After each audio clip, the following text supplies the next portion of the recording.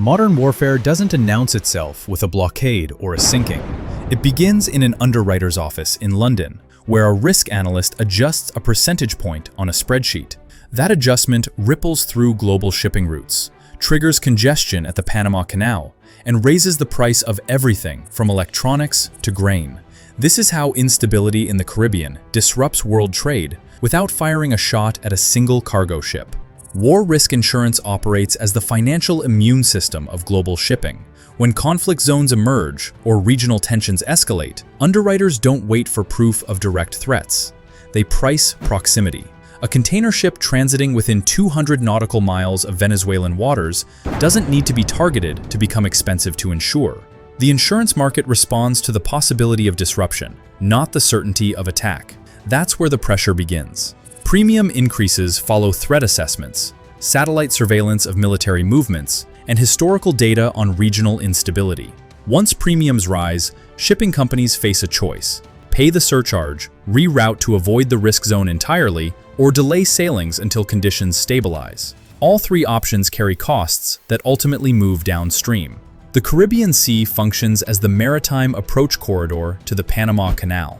Nearly 40% of containerized cargo bound for the canal passes through or near waters adjacent to Venezuela, Colombia, and the Lesser Antilles. These routes aren't optional detours. They represent the most efficient Great Circle paths between the Atlantic and the canal's entrance. When underwriters classify this region as elevated risk, they effectively impose a financial surcharge on one of the world's most critical trade shortcuts.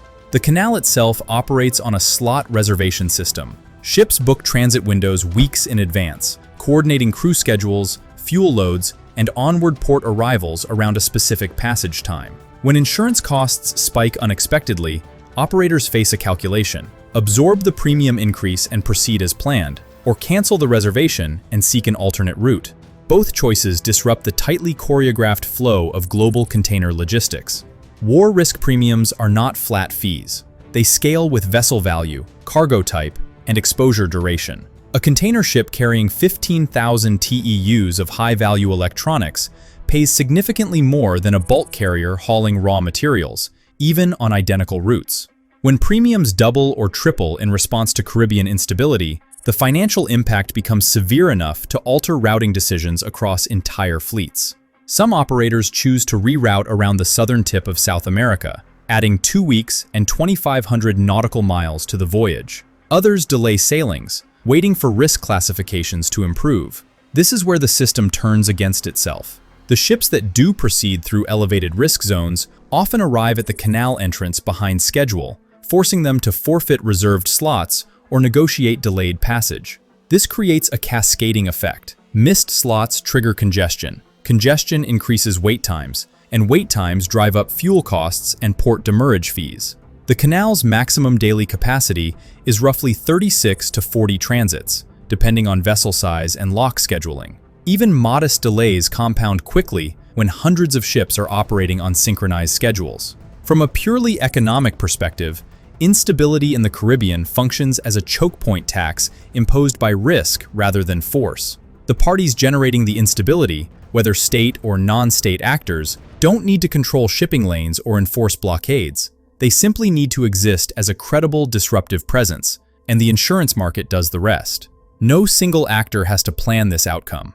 Once instability exists, the insurance system enforces the consequences automatically. This dynamic reveals a fundamental shift in how maritime power operates in the 21st century. Traditional naval interdiction required fleets, forward bases, and sustained operational presence. Modern disruption requires only the perception of threat and the willingness of underwriters to price that perception into their models.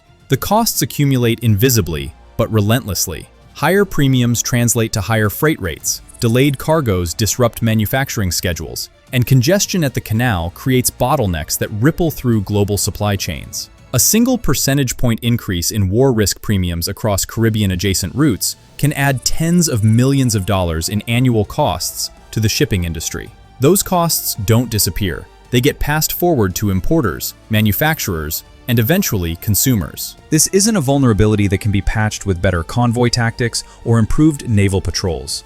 The insurance mechanism is embedded in the structure of international maritime law and trade finance. Ships cannot legally operate in most ports without valid insurance coverage, and underwriters cannot ignore credible risk without violating fiduciary duties to their stakeholders. The result is a system where conflict doesn't need to expand to affect global commerce. It only needs to persist.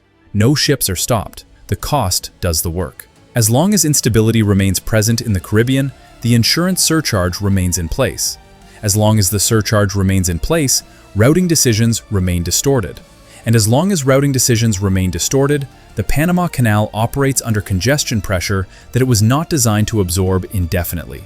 The canal's infrastructure cannot be rapidly expanded, and alternate routes cannot be conjured into existence. This makes the dynamic self-reinforcing. Instability creates costs, costs create delays, delays create more costs. What this reveals is a shift in how strategic leverage operates in globalized trade systems.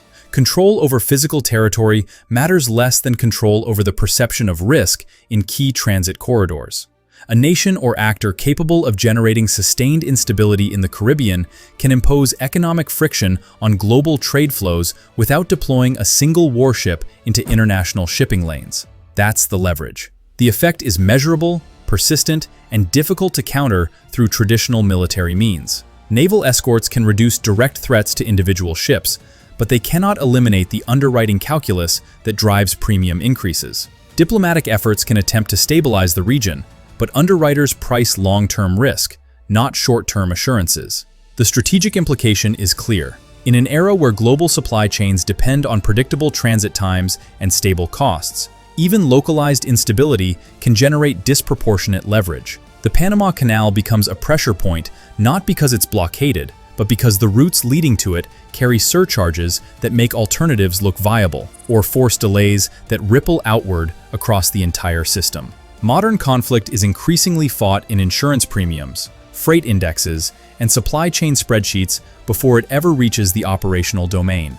The Caribbean doesn't need to become a war zone to disrupt global trade. It only needs to remain unstable enough that underwriters adjust their models. That adjustment is sufficient to cascade through the Panama Canal, across shipping schedules, and into the cost structures of industries half a world away. In modern war, the first shot is often a spreadsheet, and the damage is already done before anyone notices.